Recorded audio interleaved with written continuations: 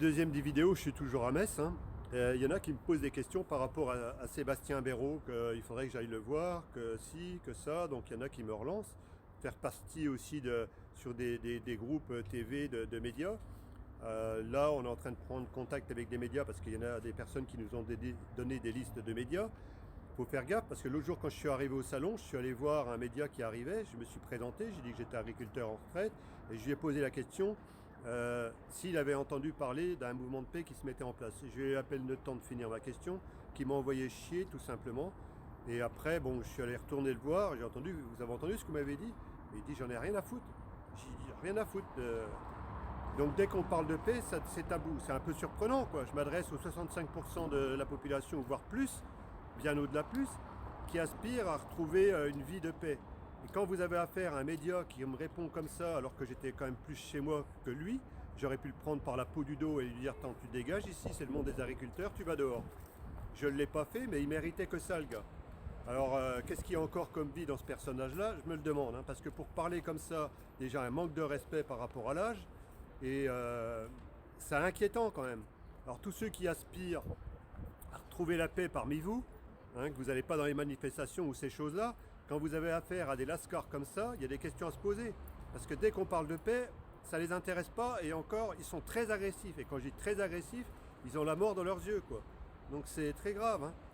Donc là, on a fait pas mal de contacts, je vous l'ai dit tout à l'heure dans la première vidéo. Mais ce qui est à retenir aussi par rapport à ça, c'est qu'il y en a qui me parlaient de Sébastien Béraud. Et il est sous le feu de l'enthousiasme aujourd'hui, Sébastien Béraud. Il est sous les feux des projecteurs dans tous sens. Et en fait, il veut suivre surtout personne, d'accord?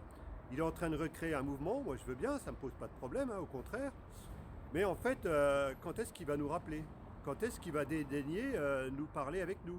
Parce que tout simplement, je suis peut-être président d'un mouvement politique de paix, et si le mot paix politique lui fait peur, c'est pourquoi est-ce qu'il crée un groupe, je ne sais pas, pour aller, je ne sais pas à quoi, bon peut-être aux élections européennes, j'en sais rien.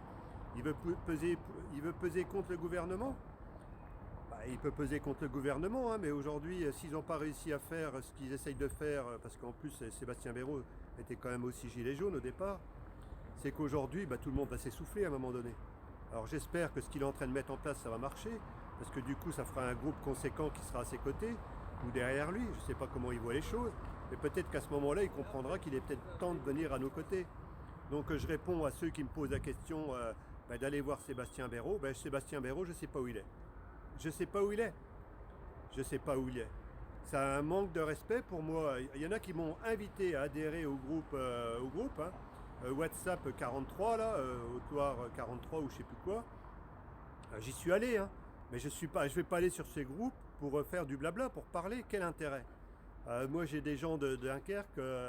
Ça devait se faire la semaine dernière, mais ça n'a pas pu se faire. Donc vendredi, on va faire un live avec ces personnes-là, en attendant peut-être d'aller les rencontrer. Mais on échange un petit groupe de personnes. Ça, c'est cohérent. Ça, c'est de la coordination. Ça, c'est de la mise en relation. Ça, c'est de la communication. Utiliser les feux des projecteurs, passer dans tous les médias pour monter en puissance, et puis croire que les gens, bien sûr qu'ils vont suivre derrière. Mais aujourd'hui, si on n'est pas capable de se coordonner, ça ne fonctionnera pas. Ce sera encore un énième groupe qui aura une certaine puissance et puis qui fera encore les jeux du système. Alors ceux qui ne me croient pas, on verra sur le long terme si j'ai tort ou si j'ai raison. C'est simple. Et puis après, si je préfère avoir tort à la rigueur que d'avoir raison, parce que moi, j'ai pas la science infuse. Nous, ce qu'on fait à tous les niveaux, c'est qu'on est en train de se coordonner. On est du multitête, c'est-à-dire que c'est pas un chef, ce sont des personnes qui ont du leadership dans ce qu'ils font et dans ce qu'ils ont fait tout le long de leur vie. Et c'est pas un coup de projecteur comme celui-ci qui va nous faire aller plus vite. Au contraire, ça peut nous freiner, ça peut nous donner de l'enthousiasme, mais c'est pas pour ça que ça va être beaucoup plus constructif. Nous, on préfère être serein à construire des choses dans la durée, dans la réalité, que de s'enflammer sur un mouvement qu'on nous met dans les médias. Parce que quel intérêt? Pourquoi est-ce qu'il y a des personnes qui passent dans les médias et pourquoi est-ce qu'il y en a d'autres qui n'y passent pas? Alors nous, si on réussit notre coup par rapport aux européennes, par rapport à pour une autre Europe, et je ne vois pas pourquoi on n'y arriverait pas, de toute façon, ils seront obligés de parler de nous dans les médias. Et surtout qu'on est en train de se rapprocher de certains médias. Certains. Mais voilà. Donc on ne passera dans aucun média que vous connaissez tous, parce que tout simplement, ils en ont rien à foutre. Ils en ont rien à foutre qu'un mouvement comme nous, coordonné, se mette en place. C'est trop dangereux pour eux. Donc j'en appelle à Sébastien, hein. Pourquoi est-ce que tu m'avais encore pas rappelé? Pourquoi est-ce que tu n'as pas appelé Jean-Marc? Tu nous as eu au téléphone, je te l'ai passé. J'ai essayé de te rappeler plusieurs fois. Qu'est-ce qu'il en est? Alors je peux comprendre que tu es débordé, mais il y a beaucoup de gens qui comptent sur toi, mais aussi sur toi pour que tu sois aussi capable d'être un vrai chef, quoi. Être capable de te coordonner avec des personnes qui te tendent la main. Combien de fois on va le faire? Non, mais moi j'ai pas de temps à perdre, je t'attends plus, Sébastien, hein. C'est aujourd'hui, on a besoin d'avoir des gens qui ont les pieds sur terre, mais aussi la tête sur les épaules, quoi. C'est voilà, j'enfonce peut-être un peu le clou. Te réveiller ou pas, je suis pas là pour te réveiller, hein. C'est pas. Puis là, je suis pas là pour te convaincre, je suis pas là pour convaincre qui que ce soit. Nous, on fait notre chemin, on continue. On sait qu'on est dans le juste parce que avec Jean-Marc, c'est quand même 120 ans d'expérience, même plus. Donc mine de rien, c'est pas anodin. Et quand on voit les personnes qui sont en train de nous rejoindre, des médecins, des maires, des groupes d'agriculteurs et je peux en oublier encore, hein, des ouvriers de différents domaines, des personnes de l'enseignement, voilà, je vais pas le faire tout le tour, mais des personnes de la gendarmerie, des personnes de l'armée.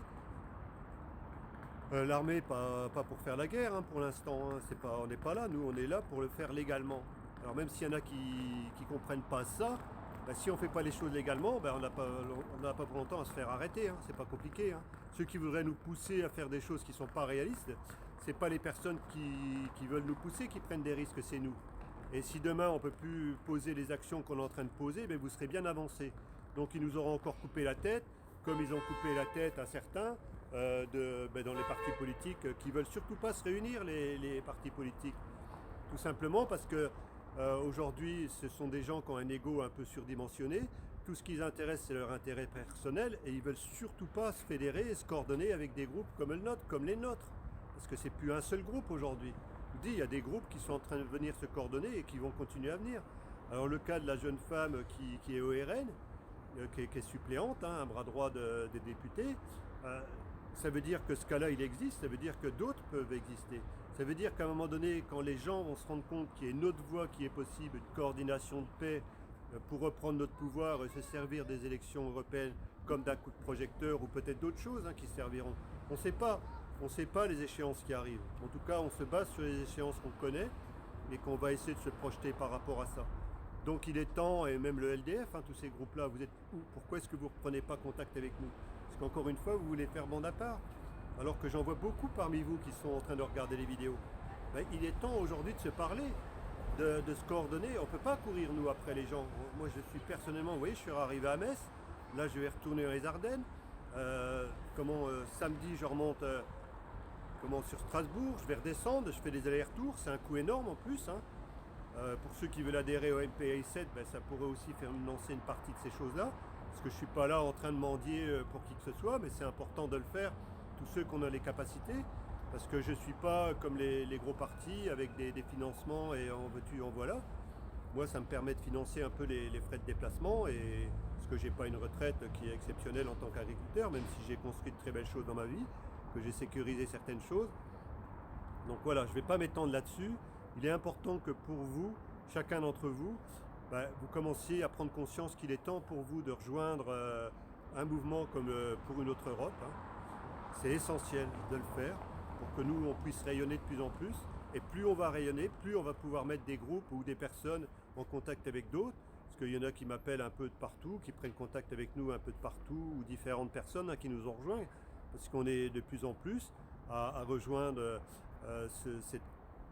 cette candidature, ou plutôt de devenir membre de ce groupe-là pour une autre Europe.fr.